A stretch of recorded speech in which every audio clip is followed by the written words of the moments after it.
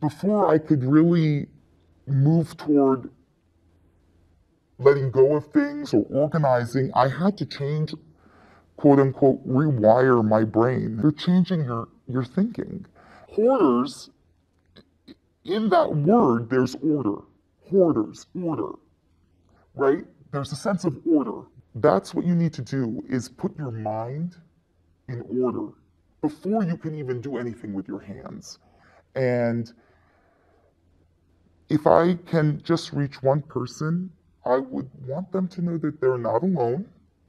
There is hope out there, and it's possible to live a very normal, fulfilling life without an abundance of things.